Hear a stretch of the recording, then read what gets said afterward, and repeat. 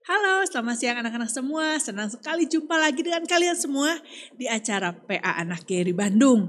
Dan hari ini kita mau lanjutkan seri eksposisi kitab Matius dengan judul Yesus menanggung kelemahanku. Kristus menanggung kelemahanku. Nah, untuk itu kita mau sama-sama berlatih lagu yang berjudul Yesus kasih padaku. Anak-anak mungkin sudah tidak asing dengan lagu ini. Tapi biarlah kita mau sama-sama latih karena ada mungkin beberapa kata-kata yang berbeda dengan yang biasa kita nyanyikan. Kita coba latih satu baitnya saja.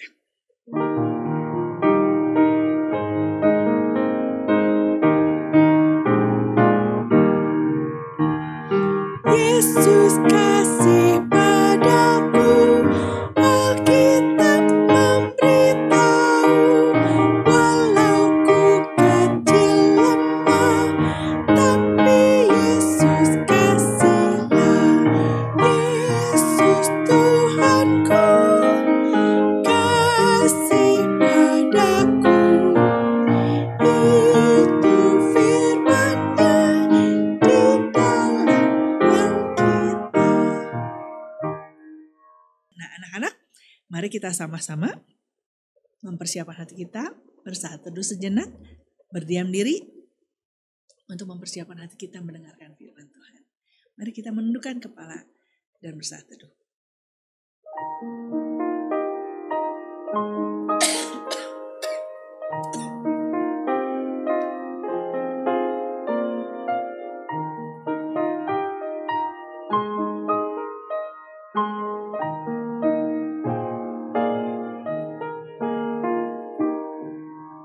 Terima kasih ya Tuhan untuk kekuatan, untuk hari yang baru yang Tuhan berikan kepada kami.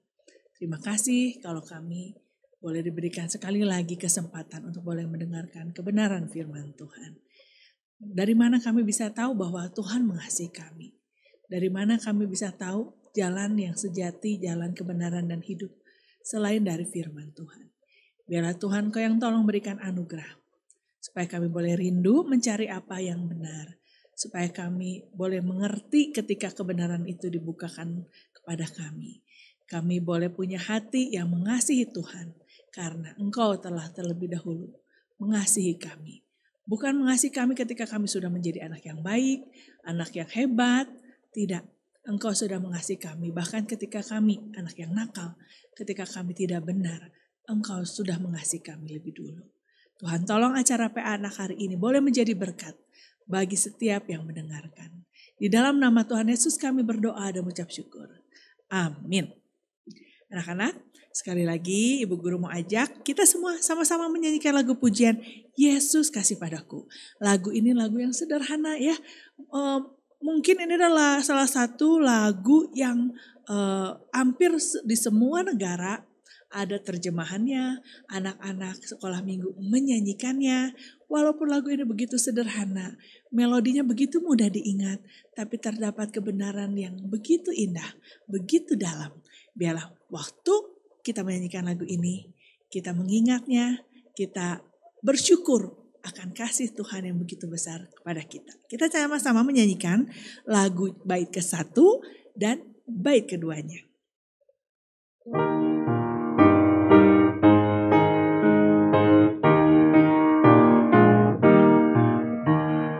Yesus kasih padaku, Alkitab memberitahu, walau ku kecil lemah, tapi Yesus kasihlah.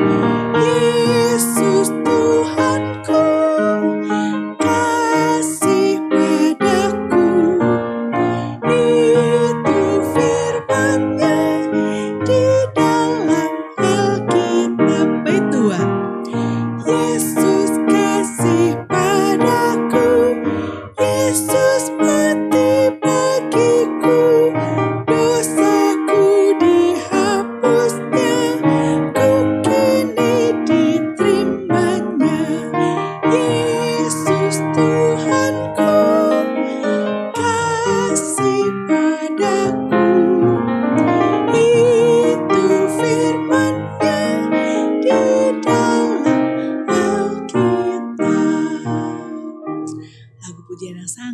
Kristus. Nah sekarang anak-anak kita mau sama-sama mendengarkan firman Tuhan di PA Anak hari ini. Yuk kita sama-sama dengar. Selamat siang anak-anak sekalian. Kita berjumpa lagi di dalam PA Anak. Dan hari ini kita akan kembali melanjutkan dari eksposisi Injil Matius. Kita kemarin sudah mendengarkan minggu yang lalu. Kita sudah mendengarkan bagaimana Tuhan Yesus menyembuhkan hamba dari perwira di Kapernaum. Sekarang kita masuk ke dalam perikop yang baru, yaitu Tuhan Yesus menyembuhkan ibu mertua Petrus. Mari sama-sama kita membuka dari Matius pasal yang ke-8, ayat yang ke-14 sampai ayat yang ke-17. Matius 8 ayat 14 sampai 17. Bapak akan bacakan dari versi terjemahan baru yang kedua. Anak-anak boleh membacanya dari terjemahan baru 1 maupun terjemahan baru 2. Matius 8 ayat 14 sampai 17, demikian firman Tuhan. Setibanya di rumah Petrus, Yesus melihat ibu mertua Petrus terbaring karena demam.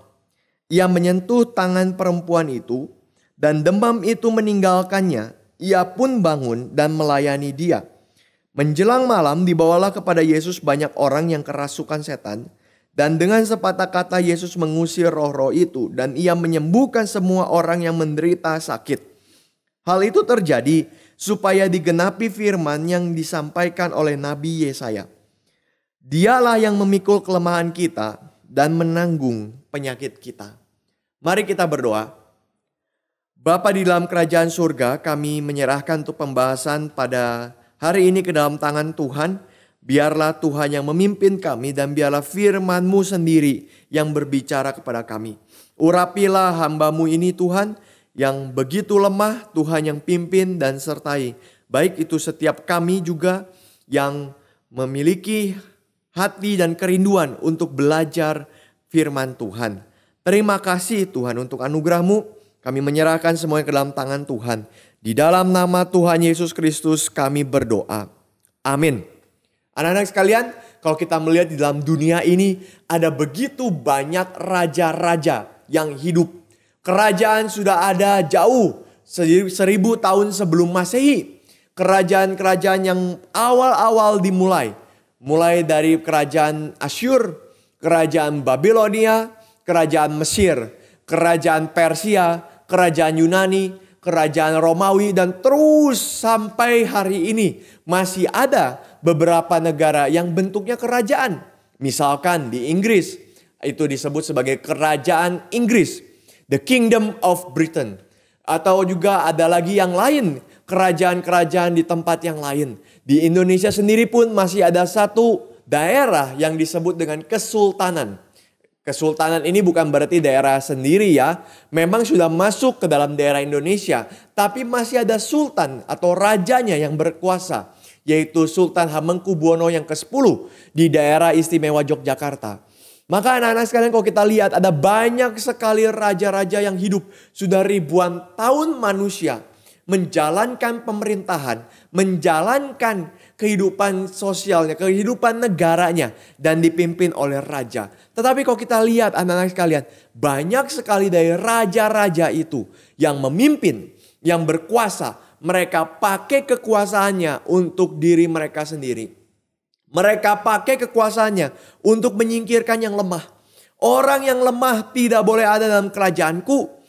Orang yang paling kuatlah yang bisa memimpin di dalam kerajaanku.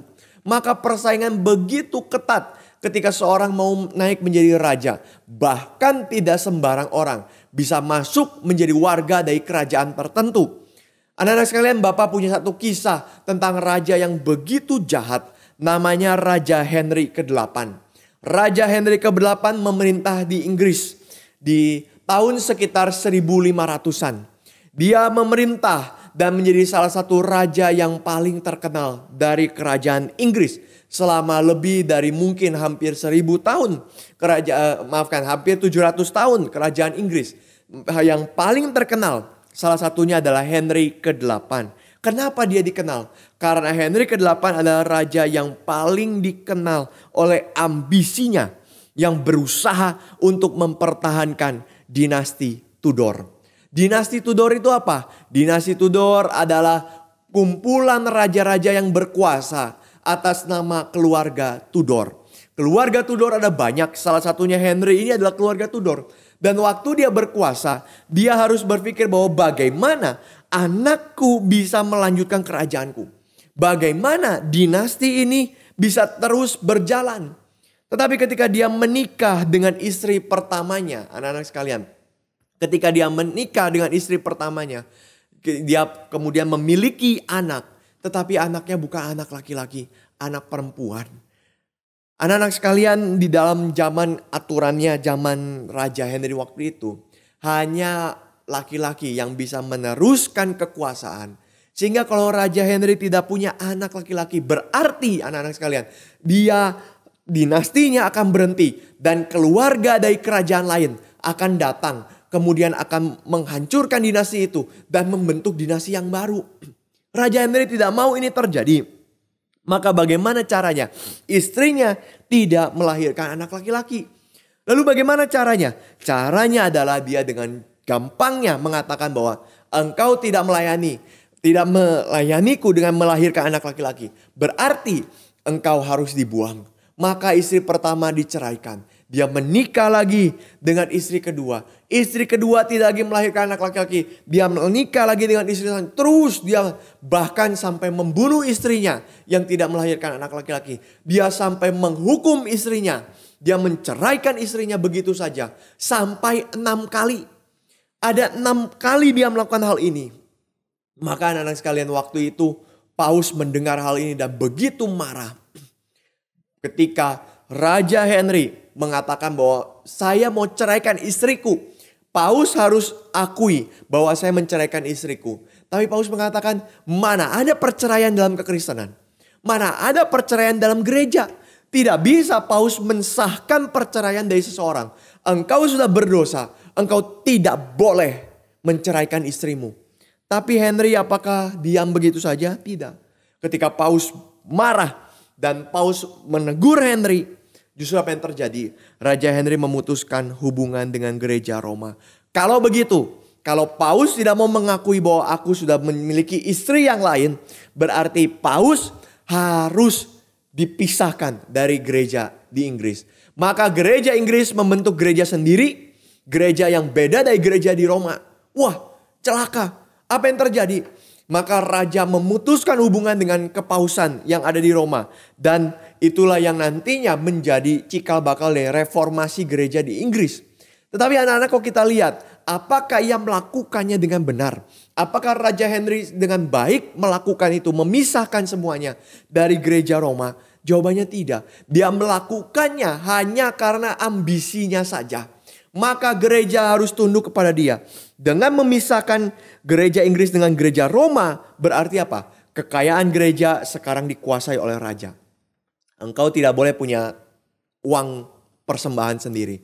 Engkau tidak boleh punya harta sendiri. Semua dimiliki oleh raja. Wah, setelah itu apa? Kerajaan semakin kaya karena uang gereja diambil, dirampok, dirampas begitu saja. Dan setelah dia melakukan hal itu, banyak biara-biara dibubarkan oleh dia.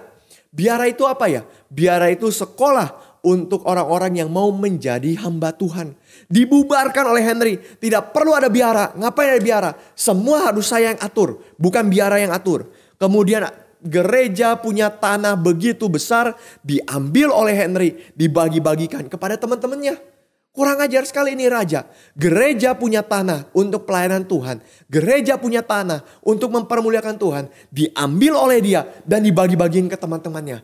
Teman-temannya yang membutuhkan. Teman-temannya yang dimana Henry begitu dekat dengan mereka. Maka kalau kita melihat anak-anak sekalian. Kita melihat semua yang dilakukan oleh Henry ini akhirnya berujung kepada konflik agama yang begitu besar. Sampai nanti kita mendengar ada istilahnya Bloody Mary. Istilah peristiwa Bloody Mary dan seterusnya anak-anak sekalian. Dan kita bisa melihat ini salah satu contoh saja gambaran raja yang berkuasa. Setiap raja yang berkuasa pasti ingin memakai kekuasaannya untuk dirinya sendiri. Kalau ada orang yang melanggar, kalau ada orang yang tidak setuju dengan dia, kalau ada orang yang ingin melakukan hal yang berbeda dengan kehendak dia, pasti orang itu akan dihalangi. Pasti orang itu akan dibunuh. Pasti orang itu akan disingkirkan. Dan kerajaan Inggris saat itu tidak memerlukan orang-orang yang seperti demikian. Maka anak-anak sekalian kita melihat ini menjadi kerajaan yang eksklusif. Apa artinya? Tertutup hanya untuk orang-orang yang ingin mendengarkan, yang ingin takluk kepada Raja Henry dengan kekuasaannya yang begitu bengis. Yang orang-orang yang ingin di bawah kekuasaan Raja Henry dan mereka harus ikut kepada kriteria yang Raja Henry tentukan secara sepihak. Anak-anak sekalian kita melihat kekuasaan bagi dunia ini, kekuasaan berarti apa? Menarik dunia untuk diri sendiri. Memakai dunia untuk diri sendiri.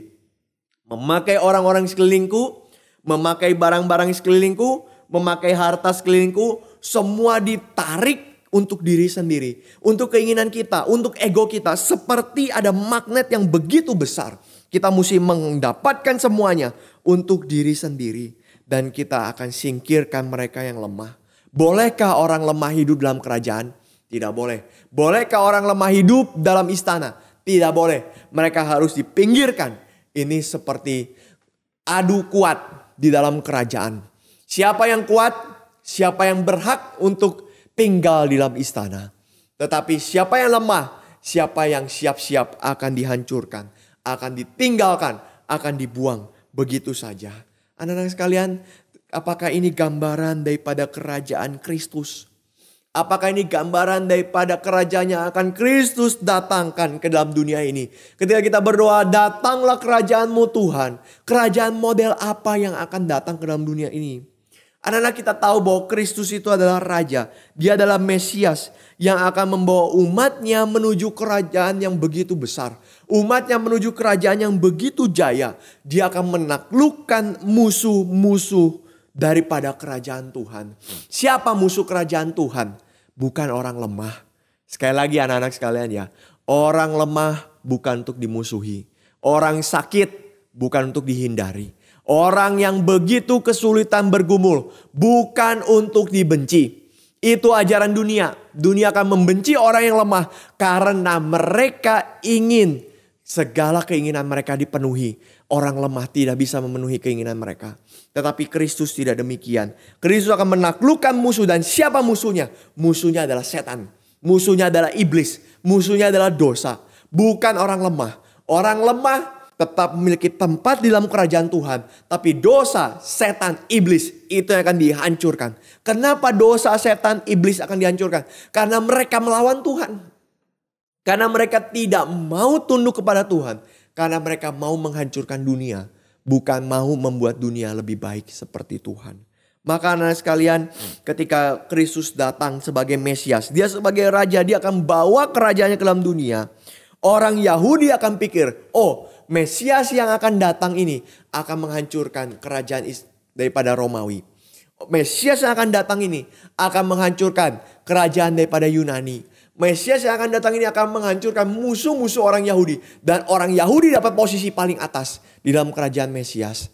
Tapi anak sekalian, apakah betul seperti itu? Ya, apakah itu yang Kristus mau tunjukkan? Bukan. Perikop ini akan mengajarkan kepada kita bagaimana, anak-anak mesti ingat ini, kerajaan Kristus adalah kerajaan belas kasihan. Sekali lagi anak-anak sekalian, kerajaan Kristus bukan kerajaan yang hancurkan orang lemah, tidak. Kerajaan yang punya belas kasihan. Maka kita lihat dari pelayanan Tuhan Yesus Kristus kepada ibu mertua Petrus. Anak-anak, ibu mertua itu berarti Petrus punya istri ya. Dan istrinya punya orang tua. Maka itu disebut sebagai ibu mertua. Mama dari istri Rasul Petrus sebut ibu mertua. Berarti kalau kita lihat anak-anak sekalian, di dalam hal ini berarti Petrus adalah seorang yang mengasihi ibu mertuanya. Kenapa? Karena ibu mertuanya tinggal bersama dengan Rasul Petrus. Biasanya anak-anak sekalian, ketika seorang sudah menikah, seharusnya tidak tinggal lagi dengan orang tuanya. Tetapi kalau kita lihat di dalam kasus ini, siapa ibu mertua ini anak-anak sekalian? Kemungkinan besar ibu mertua ini sudah tidak memiliki suami. Kemungkinan besar. Kenapa? Karena dia sudah tidak memiliki suami, dia sudah menjadi janda, maka biasanya ibu ini akan tinggal bersama dengan anak laki-lakinya. Ibu ini akan tinggal bersama menantu laki-lakinya. Supaya apa? Supaya bisa dihidupi. Supaya apa? Supaya dia bisa mendapatkan uang. Supaya dia bisa makan. Supaya dia bisa melanjutkan hidupnya. Kenapa dia tidak tinggal sendiri? Beda dengan zaman sekarang ya. Banyak zaman sekarang perempuan, ibu mertua, janda dan sebagainya yang tinggal sendiri ketika suaminya sudah meninggal. Tetapi anak-anak sekalian, zaman dulu nggak bisa. Kalau seorang yang sudah meninggal, suaminya sudah meninggal, kemudian istrinya tinggal sendiri, dia tidak mungkin bisa makan. Dia tidak mungkin bisa bekerja. Dia tidak mungkin bisa mendapatkan kehidupannya. Maka anak-anak sekalian, Rasul Petrus ini orang yang sangat mengasihi ibunya. Sehingga ibunya itu tinggal bersama-sama dengan Rasul Petrus. Ini berarti kondisi daripada ibu mertua ini begitu rentan. Begitu lemah.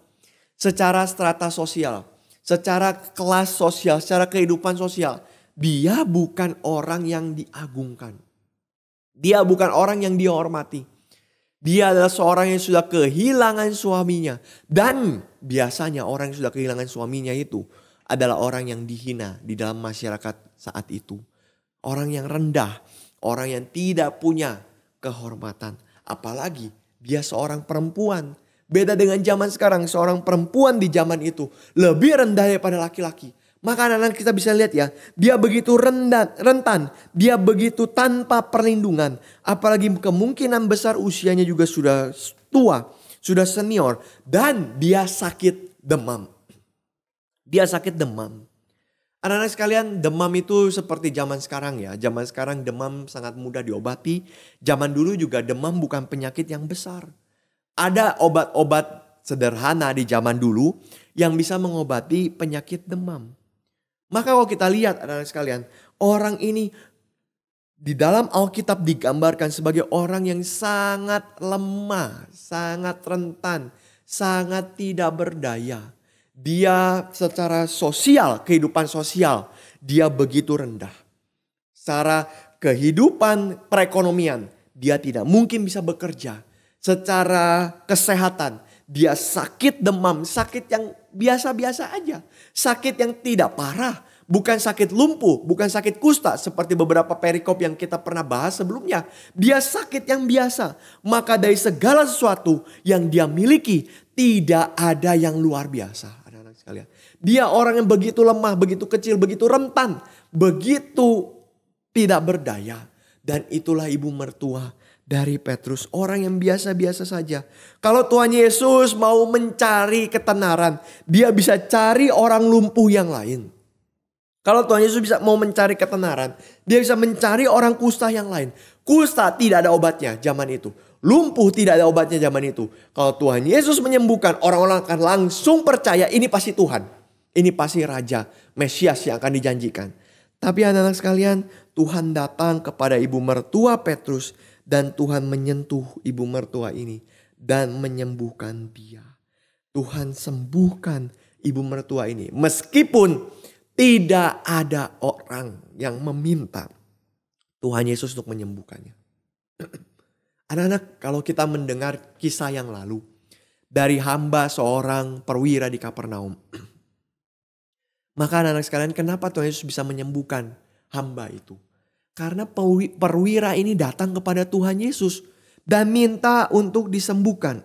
Kemudian kalau kita melihat, anak-anak sekalian, ketika ada orang yang sakit kulit, maka orang itu pun datang kepada Tuhan Yesus dan minta disembuhkan. Setiap mujizat yang sebelumnya terjadi, itu terjadi karena mereka datang kepada Tuhan Yesus dan mereka minta disembuhkan.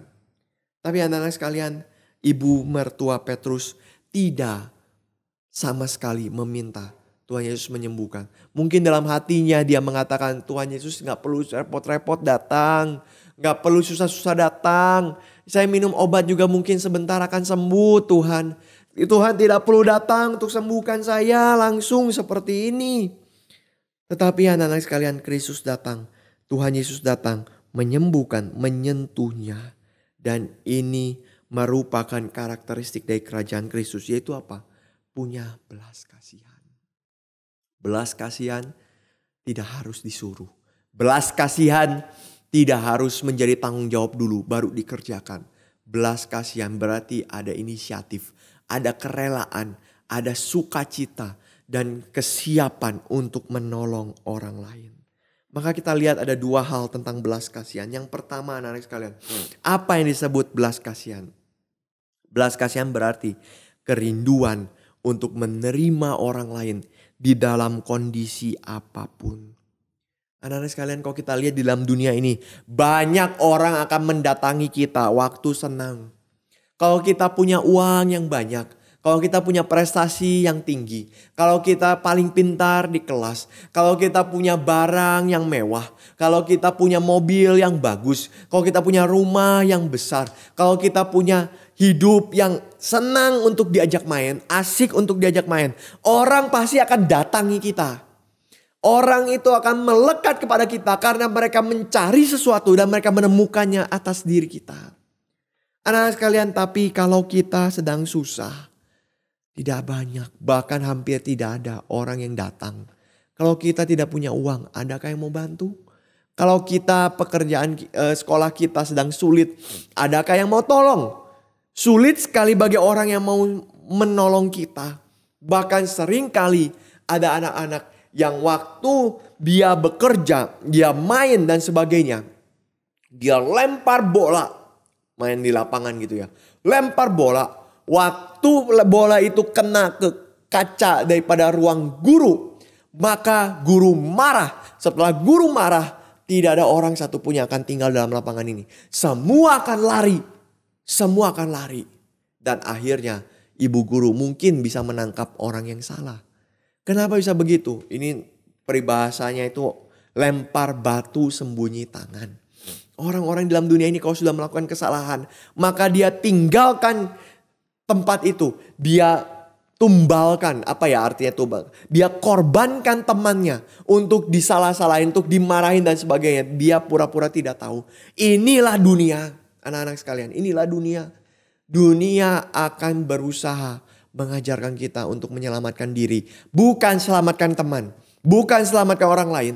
Kita tidak mau menerima orang yang lemah. Kita tidak mau menerima orang yang susah. Kita tidak mau habiskan waktu untuk itu.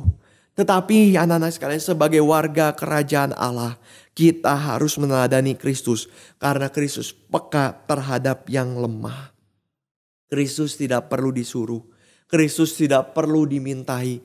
Kristus tidak perlu dikasih tahu. Dia sudah tahu bagaimana dia harus menolong orang. Maka ibu mertua Petrus itu dia sentuh.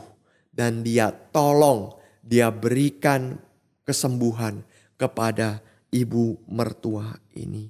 Maka anak-anak sekalian, kita melihat ini karakteristik yang pertama. Kita harus bisa menerima orang-orang di dalam kondisi apapun. Karena kerajaan yang Kristus akan bawa bukan kerajaan yang eksklusif untuk orang-orang kuat.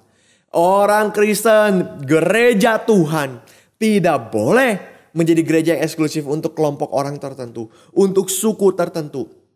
Untuk golongan orang tertentu. Untuk orang yang punya kekayaan tertentu. Tidak. Tapi semua orang harus dikasihi oleh Tuhan. Dan dia tidak perlu cari yang paling kuat. Anak-anak sekalian.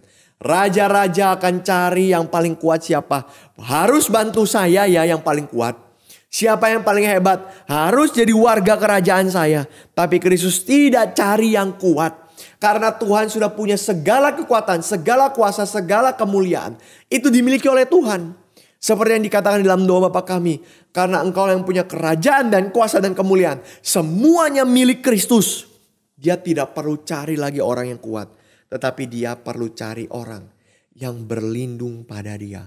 Orang yang lemah, namun orang yang berharap kepada Tuhan.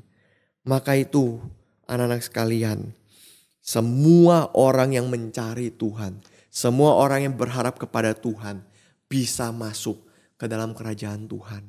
Anak-anak, apakah engkau adalah orang yang demikian? Apakah hidupmu selama ini berharap kepada Tuhan?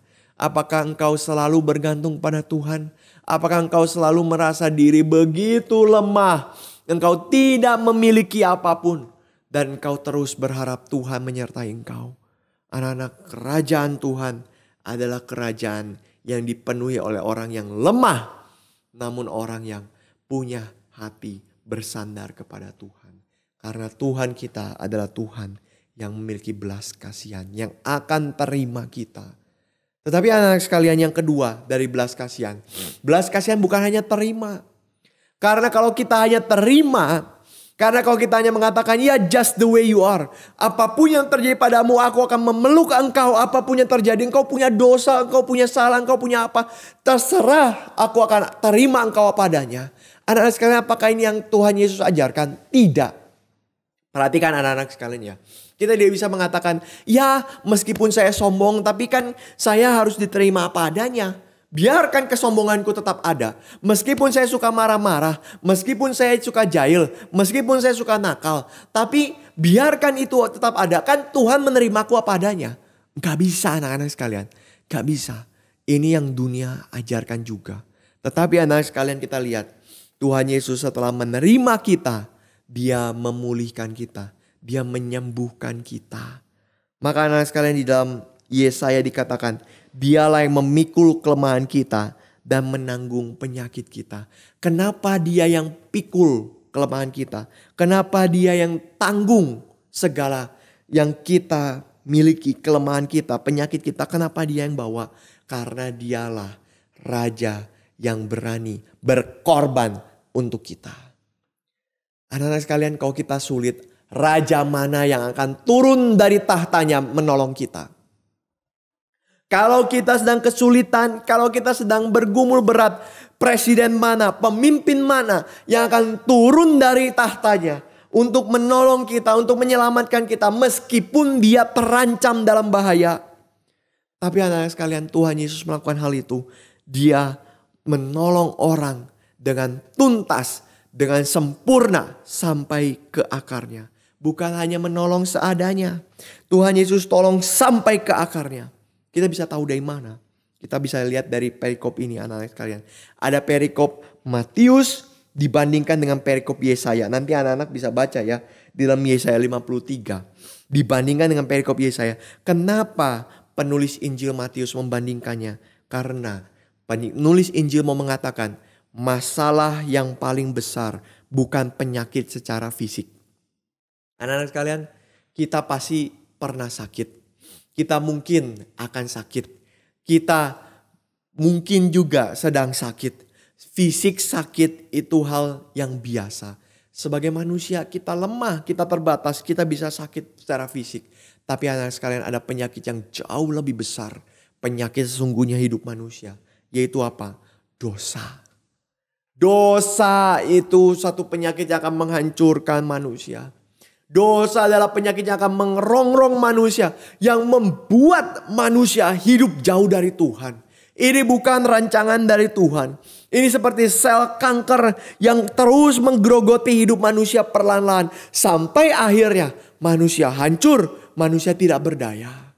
Tapi anak-anak sekalian, yang paling celaka. Dosa berarti berontak melawan kepada Tuhan. Kalau Dialah satu-satunya raja yang penuh kasih. Dialah satu-satunya raja yang penuh belas kasihan. Dan kita melawan raja satu-satunya yang menolong kita. Apakah nasib daripada hidup kita anak-anak sekalian? Apakah kita akan selamat? Tidak ada raja lain yang akan tolong kita. Tidak akan ada raja lain yang berikan belas kasihan kepada kita.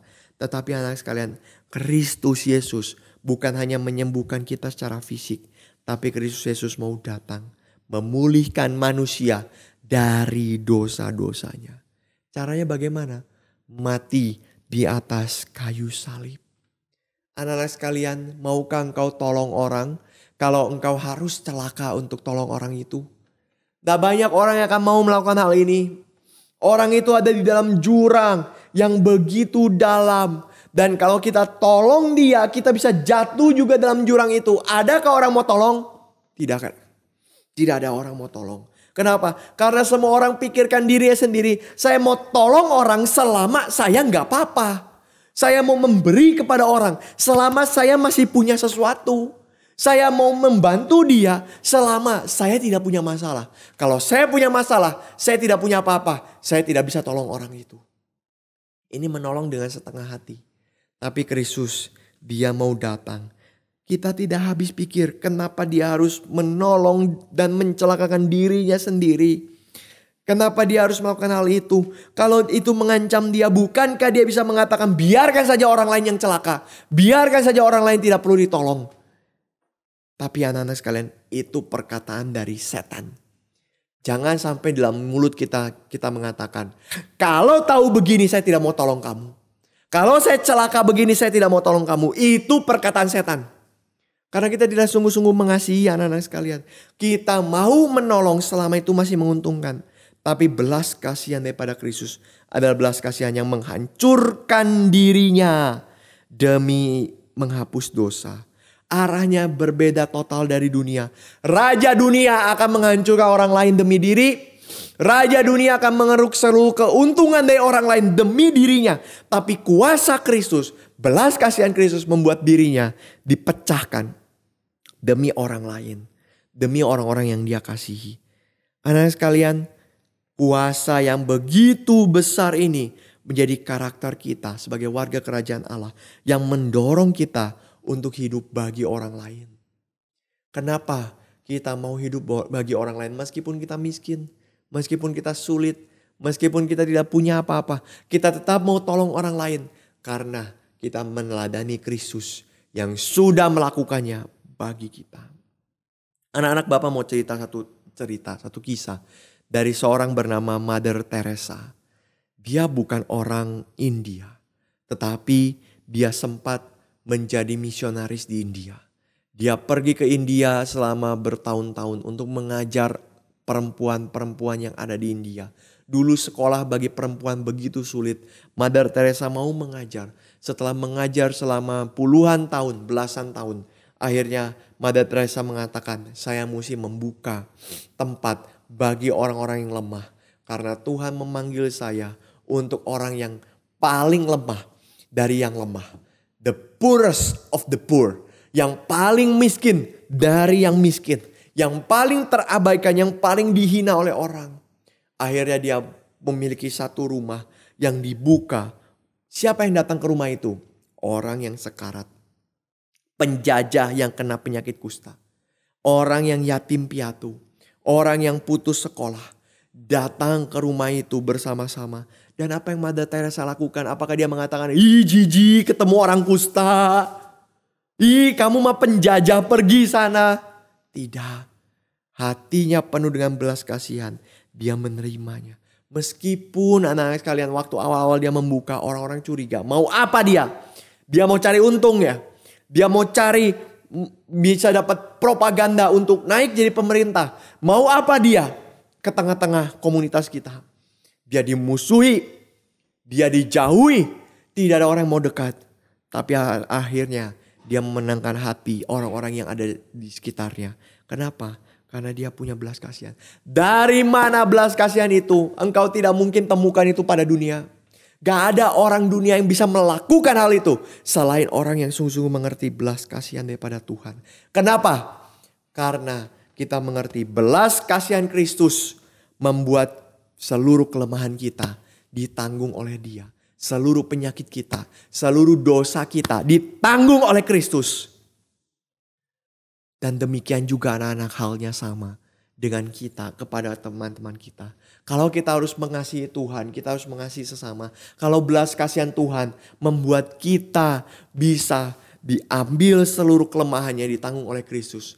Maka tugas kita adalah menolong yang lemah. Bukan hanya sekedar membuat dia baik-baik saja. Tapi kita menolong dengan tuntas. Kita menanggung apa yang menjadi beban berat. Bukan kita tanggung sendiri. Tapi kita menanggung bergumul bersama-sama. Dan kita sama-sama bawa ke hadapan Tuhan kita. Anak-anak, dari kisah yang begitu indah. Bapak mau tanya. Apakah engkau mau punya belas kasihan Tuhan Yesus Kristus dalam hidupmu? Kalau engkau sudah tahu Kristus menanggung segala kelemahan kita, segala dosa kita, segala keburukan kita, maka engkau harus punya belas kasihan kepada teman-temanmu. Amin. Mari kita berdoa. Bapa dalam kerajaan surga, kami bersyukur untuk anugerah yang Tuhan beri bagi kami, dan kiranya Tuhan yang menolong kami untuk hidup bagi Engkau dan mempermuliakan nama Engkau. Tolonglah hati kami punya belas kasihan untuk menerima sesama kami. Dan bukan hanya menerima, tetapi kami juga bisa menolong mereka, membantu mereka semaksimal mungkin, sehingga mereka bisa hidup dengan hati yang bersyukur kepada Tuhan. Terima kasih Tuhan untuk anugerah-Mu. Di dalam nama Tuhan Yesus Kristus kami berdoa. Amin. Sampai di sini anak-anak sekalian, Tuhan memberkati kita. Ya anak-anak, itu renungan kita hari ini. Kristus memikul kelemahan kita. Biarlah setelah mendengarkan firman Tuhan hari ini, kita semakin takjub, semakin heran, dan semakin bersyukur atas begitu besarnya, begitu ajaibnya kasih Tuhan dalam hidup kita. Bagaimana Dia mengasihi kita. Bukan waktu kita lagi hebat, lagi berjaya, lagi berhasil. Bahkan kita dalam keadaan paling lemah. Ketika keadaan masih buruk, ketika kita musuh Tuhan, Dia tidak membuang kita. Sungguh indah kasih Tuhan. Mari kita menutup renungan PA anak kita hari ini dengan menyanyikan lagu Yesus Kasih Padaku, bait ke-1 dan bait kedua.